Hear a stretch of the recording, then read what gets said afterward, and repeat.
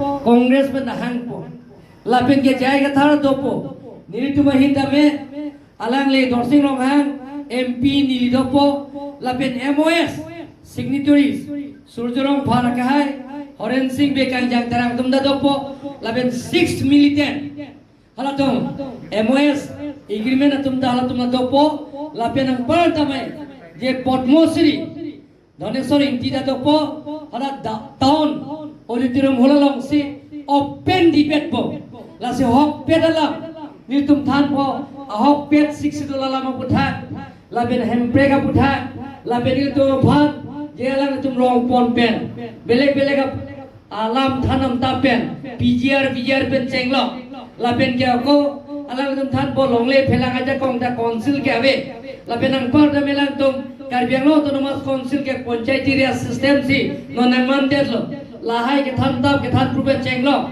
Karbianglo autonomous council ke target food grade lahai appointment ki piaja kong ta avilo non state government se power ta nangen dunelo lasi lahai putha je power bachiru ye alama putha waida klasa pen latom non niphai kreforni da dipu press club laben Karbianglo press club alama tum se organize lo hoja ke jayega thara dopo hoja ke dharam singh deron da dopo Elvin deron da dopo jointorong pida dopo Huliram teram da dopo Joson beda dopo Daniel teron da dopo laben ke ilitu mahinda thodun po hoja si waita klasa lampen Karbianglo ora tuman pachini poisa furki modot po lasi don male to ala sohor bai ke pen live doji Facebook মানে young সিদ্ধ ব্লগতে Instagram মানে young সিদ্ধ ব্লগতে মই আসলতে সৰকাৰি কাৰ্যসূচীত আহিছিলো কিন্তু তাৰ লগতে এটা আমাৰ দলৰ কাৰ্যসূচীটো অংশগ্ৰহণ কৰিব পাৰিলো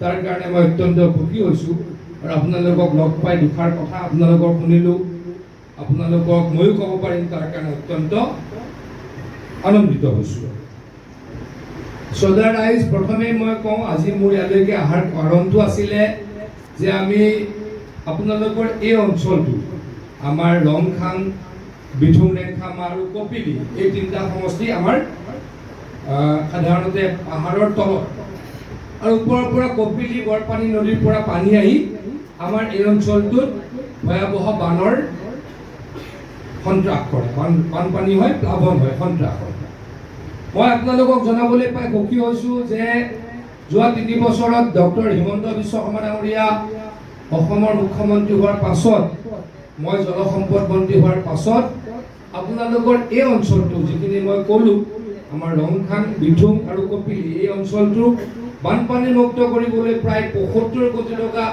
ইতিমধ্যে দিছো আৰু অলপ কাম বাকী আছিলে সেইখিনি কামৰ আজি চোৱা চিতা কৰিবলৈকে ইয়ালৈকে আহিলো বৰষুণ পৰাৰ কাৰণে একেবাৰে সাইড গৈ নাপালো কিন্তু সিদ্ধান্ত ললো যে অহা বাৰিষাৰ পাছত মানে বাৰিষা আৰু 3 মাহ আছে বুলি ধৰি ললো আমি নৱেম্বৰ মাহৰ পৰা আপোনালোকৰ এই অঞ্চলত 15 কিলোমিটাৰ মথাউৰি বনাম আৰু এই আমাৰ অঞ্চলটো বানপানীৰ পৰা মুক্ত কৰিম আপোনালোকক প্ৰতিশ্ৰুতি দিম আজি এই কথাবিলাক ৰাইজে গম পাব লাগিব যে অসম চৰকাৰে আমাৰ স্বায়ত্তশাসিত পৰিষদ থকাৰ পাছতো যোৱা 3 বছৰ ৭৫ কোটি টকা আমি এক্সট্ৰা দিছো এই বছৰ আমি প্ৰায় 30 পৰা 35 কোটি টকা দিম আমাৰ নিয়মটো কি এটো হৈছে আমাৰ transfer subject water resource to transfer subject water ৰিসোৰ্সৰ নিয়ম মতে আমি আমাৰ 6 শিডিউল আমি ডিস্ট্ৰিক্টৰ টকা দিব নালাগে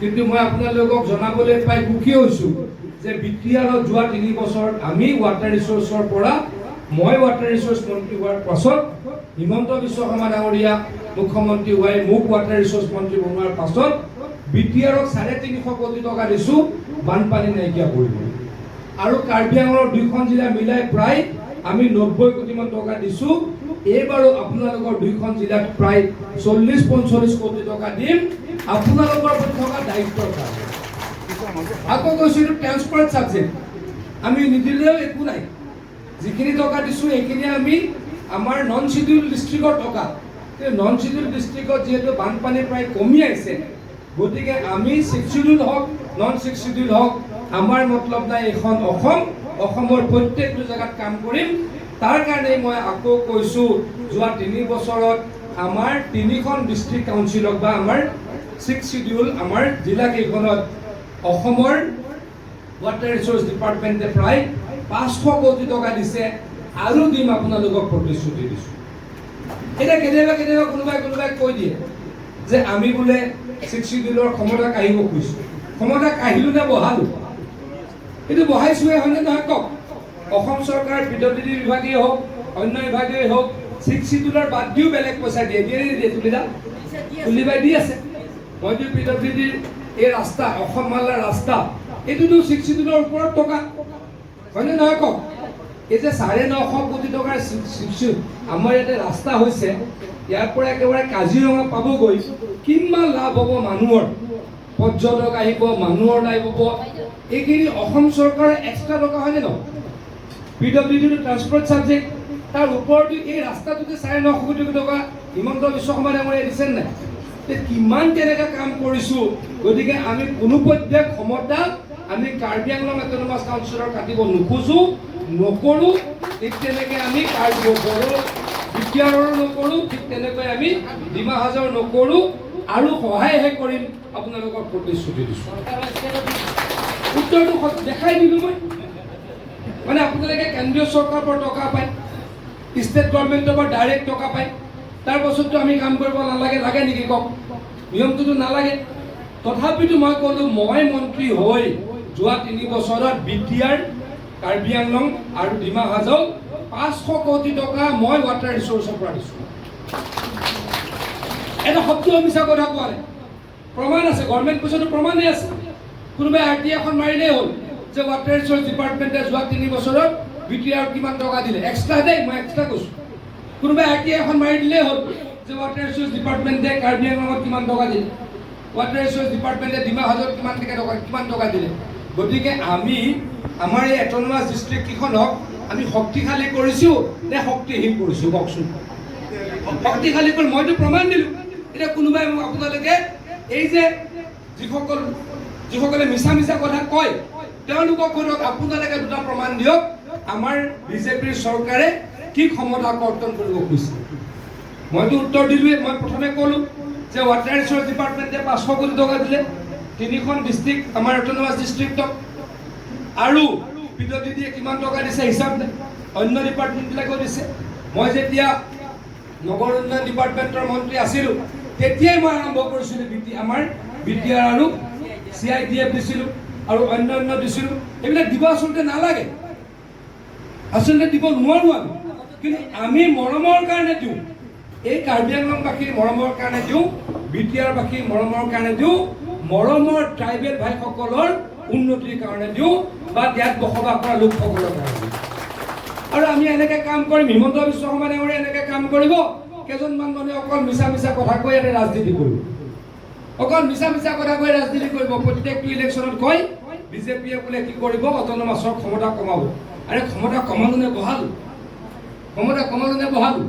হাজাৰ কোটি টকা এক্সট্ৰা দিলোঁ, সন্মুখৰ ৰাস্তা এটা ৰাস্তাত 950 কোটি টকা, এইটো বঢ়ালোঁ নে কমালোঁ? বঢ়ালোঁ নে কমালোঁ কওক? গতিকে এই উত্তৰবিলাক এইখিনি উত্তৰ দিব লাগিব। এই যে জিআই কাথাৰ নামৰ এগৰাকী ব্যক্তি আছে যি অকল মিছা কথা কয়, কংগ্ৰেছৰ পৰা কেইদিনমানৰ আগত বিজেপিৰ পৰা আকৌ কংগ্ৰেছলৈ গ'ল, সেইকেইজনে মিছা কথা কৈ ফুৰিছে। তেওঁলোকক ক'ব লাগিব যে আপোনালোকৰ চৰকাৰ থাকোঁতে কিমান টকা এক্সট্ৰাকৈ আমাৰ কাৰ্বি আংলঙত দিছিল আৰু আমাৰ বিজেপি চৰকাৰে কিমান দিছিল, এই উত্তৰটো আপোনালোকে সোধক। জিআই কাথাই ডাঙৰীয়াক ক'ব মিছা কথা কৈ আমাৰ মাজত ভাগ সৃষ্টি নকৰিব। আমাৰ সকলো বাসিন্দা এই কাৰ্বি আংলং অট'নমাছ কাউন্সিলৰ সকলো বাসিন্দা একেই। যিখিনি অতীতৰ পৰা আছে তাৰ মাজত ভাগ কৰি কিবা লাভ আছে নেকি? নতুনকৈ আহিলে আমি কাৰোবাক আহিব নিদিওঁ। 6 শিডিউলৰ নিয়ম যিখিনি ইয়াতে 50 বছৰ 70 বছৰ 100 বছৰ আছে, যিখিনি নিয়মৰে আছে